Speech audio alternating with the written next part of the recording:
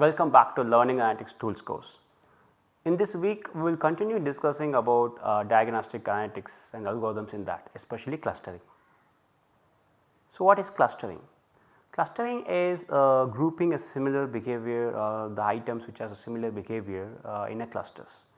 For example, if there are say 100 students taking class and their behavior, based on the behavior, their background profile, you can group them.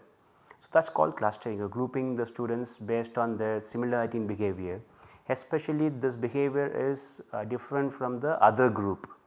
So, if you have two groups, the student in group 1 will have a different behavior from the group 2, that is how you create the clusters. In learning environments, we can use students interaction with the system, the numerical data to create clusters. So, you have to convert the data into frequency, the time spent, those kind of informations, then that can be used to cluster. Also we can use the action sequences to cluster, but that is not discussed in this course. So, let us see how to use the interaction behavior in the terms of numerical values can be clustered. Before that, let us discuss what is clustering and what are the famous clustering algorithms. There are two major category of clustering algorithms, there are more, but two are very important and major. The one is based on centroid, you might have seen the clusters they are creating using centroids. For example, in this picture you see there are 3 clusters, this picture is credited from Wikipedia. So, here is the link. In this week we will see example algorithm for one centroid based and one example algorithm for the connectivity based. So, before we jump into what is clustering and the algorithms in clustering in the two main categories, can you think of why we need clustering for data from learning environments? Like you can choose any learning environment like a classroom environment or a MOOC or tele, anything. So, choose one of the learning environment and list down at least 2 applications of where clustering will be useful. Why we have to do clustering?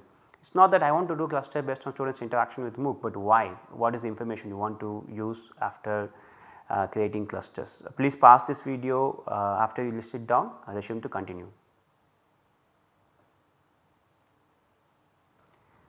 So, the clustering of learners based on the interaction, for example, students interacting with MOOC or tele, based on the interaction you can cluster, then you can use that to provide a feedback. So, instead of providing same feedback to all learners, these learners vary by 3 or 4 clusters and you can give personalized feedback to certain cluster group.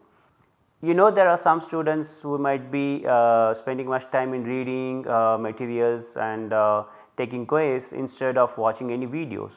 For those learners you might give feedback saying that, hey, why can't you go and take look at the videos. So, those kind of feedback can go to those users when they were not able to give the answers to their quiz questions. For some learners who are not really interested in reading or doing any simulation, they just watch videos and try to answer the questions. For them you can say, why can't you try simulators or some read materials, or some learners who do not care anything, just directly go to assignment questions, try to answer them and complete the week's assignment and go for next week. For them you can give a different kind of feedback, right. So, you can provide a feedback if you cluster the students based on the behavior, the interaction with the system. Also we can use this clustering to provide adaptive content based on the students interaction. You might give a hint or a new video or new course material, that is also possible.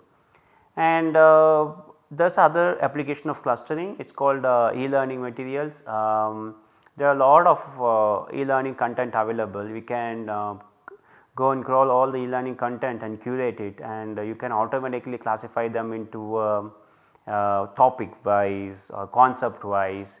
So, if you have those things, the system can automatically pick the e-learning content based on the topic you are interested or concept you are interested. So, that is also possible.